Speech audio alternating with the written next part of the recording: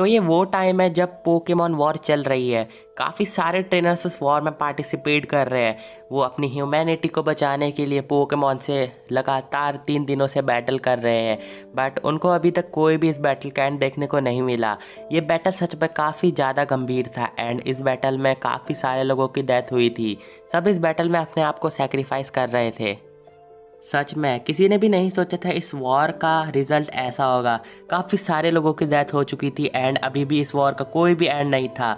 ये war Pokemon और human के बीच में काफ़ी ज़्यादा बड़ी दरार लाने वाली थी और यहीं पर ही एक लेजेंड आता है जिसकी वजह से ये वॉर ख़त्म हुई। आज मेरी जिंदगी का सबसे बड़ा दिन है। आज पोकेमॉन वर्ल्ड की सबसे बड़ी वॉर है और शायद आने वाली जनरेशन इससे सफर करे, पर मैं पीछे नहीं हटूंगा। मैं एडम केचम इस वॉर का हिस्सा बनूंगा और आने वाली जनरेशन के लिए हमें ये करना ही होगा। डेली प्लीज एस का ख्याल रखना और अगर मैं वापस नहीं आया तो उसको बोल देना कि तुम्हारे डैड एक लंबी जर्नी पर है। एस को पोकेमॉन मास्टर बनने के लिए पूरा सपोर्ट करना। मेरा ये ड्रीम था कि मैं पोकेमॉन मास्टर बनूं, पर शायद अब ये पूरा नहीं हो सकता, इसलिए मैं चाहता हूँ कि एस पोकेमॉन मास्टर बने।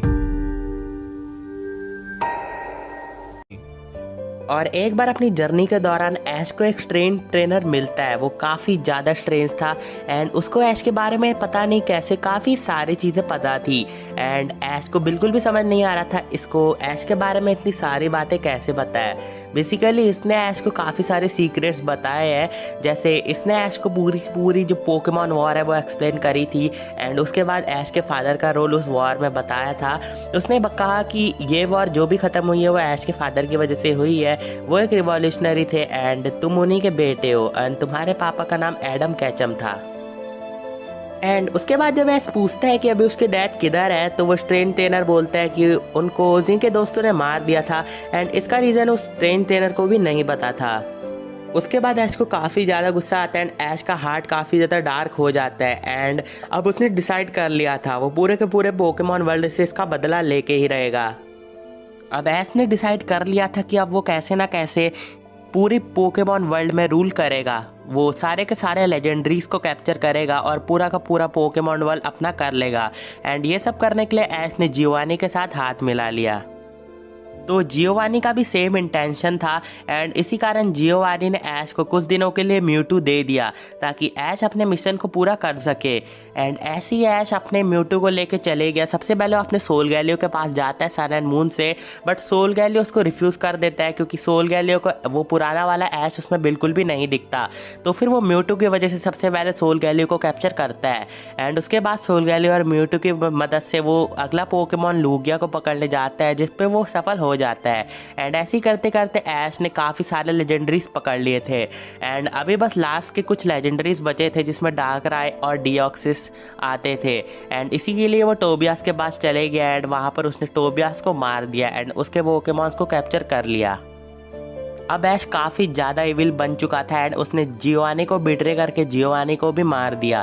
तभी आरसीएस अचानक से अपीयर होता है एंड आरसीएस ऐश को पास में भेज देता है। ऐश कुछ भी नहीं कर पाता एंड जैसे ही ऐश पास में जाता है ऐश को दिखता है वही पुराना समय जब ऐश के डैड वॉर के लिए जा ही रहे होते हैं।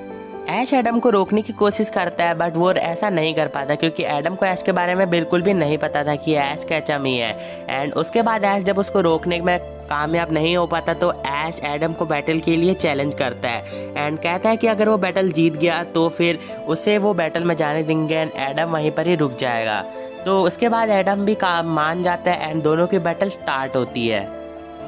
ऐश पास में गया था एंड पास में आते ही सबसे पहले उसने ये काम करा था कि उसने अपनी कालोस की टीम एंड जितनी भी उसकी सारी टीम्स है अभी तक उसने जहाँ पर भी ट्रैवल करा है वहाँ पर से अपने पोकेमॉन्स वो ला चुका था एंड हालांकि उन पोकेमॉन्स को भी ऐश के बारे में अच्छे से नहीं पता था एंड उसके लेजेंडरी सभी फ्यूचर वर्ल्ड में थे। एंड उसके बाद जैसी दोनों की बैटल स्टार्ट होती है सबसे पहले एडम कैचम अपने चारिज़ार्ड को निकालता है एंड उसके बाद ऐश भी अपने चारिज़ार्ड को भेजता है बैटल फील्ड में। दोनों के ही चारिज़ार्ड बैटल करते करते काफ़ी ज़्यादा थक जाते हैं एंड दोनों ही गिर जाते हैं एंड उसके बाद अगला पोकेमॉन ऐश निकालता है जो कि होता है उसका इन्फरनेप एंड उसके बाद ऐश के डैड निकालते हैं अपना ब्लास्टरॉयड जो कि सच में काफ़ी ज़्यादा पावरफुल था एंड उसके बाद इन्फरनेप अपनी रेज एबिलिटी में आ जाता है जिसके बाद वो ब्लास्टरॉयड को काफ़ी ज़्यादा अच्छा खासा डैमेज कर देता है फायर टाइप होने के बावजूद भी and but at last time disadvantage के कारण इन्फरनेप हार जाता है एंड ब्लास्टरॉयड अभी भी बचा हुआ था। अभी ऐश के पास 4 और एडम के पास 5 पोकेमॉन बचे थे। अब ऐश अपना अगला पोकेमॉन निकालते हैं सेप्टाइल, जिसके ग्रास टाइप की वजह से उसके पास काफ़ी ज़्यादा अच्छा एडवांटेज था। बट एडम भी पीछे नहीं हटा, उसने ये डिसाइड करा कि वो बल्बासौर के साथ ही बैटल करेगा। एंड उसके बाद वो अपने बल्बासौर को निकाल लेता है एंड उसके बाद दोनों की बैटल स्टार्ट होती है। बल्बासौर और सेप्टाइल काफ़ी ज़्यादा अच्छे पोकेमॉन थे, दोनों ही ग्रास टाइप थे, इसलिए वो बैटल काफ़ी ज़्यादा देर तक चलती है। बट एट लास्ट सेप्टाइल जीत जाता है क्योंकि सेप्टाइल को काफ़ी ज़्यादा अच्छा एक्सपीरियंस हो चुका था।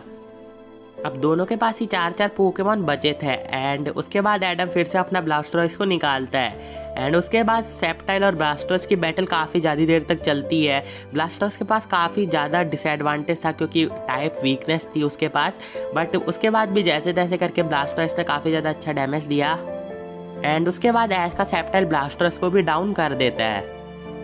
उसके बाद एडम रैपिडेश पोकेमॉन को निकालता है जिसके पास टाइप एडवांटेज काफ़ी ज़्यादा था एंड उसके बाद वो सेप्टाइल को अच्छा खासा डैमेज करके डाउन कर देता है। अभी दोनों के पास ही 3 पोकेमॉन बचे हुए थे एंड उसके बाद ऐश निकालता है अपने ग्रेनिंजा को, जो कि सच में उसका एस पोकेमॉन था।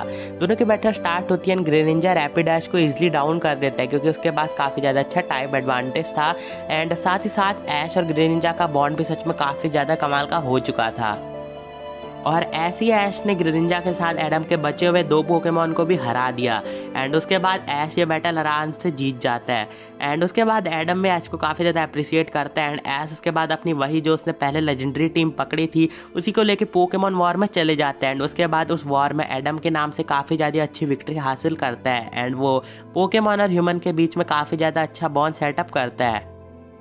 अब जब वो फ्यूचर में आता है वो देखता है उसके डैड अभी भी जिंदा है एंड उसके बाद आर्सेस ऐश को बताता है कि उसने पूरी की पूरी अपनी टाइमलाइन चेंज कर दी है एंड अगर कोई इंसान कुछ ठान ले तो वो आराम से उसको हासिल कर सकता है। ये बता के आर्सेस गायब हो जाता है एंड ऐश भी काफ़ी ज़्यादा खुश होता है।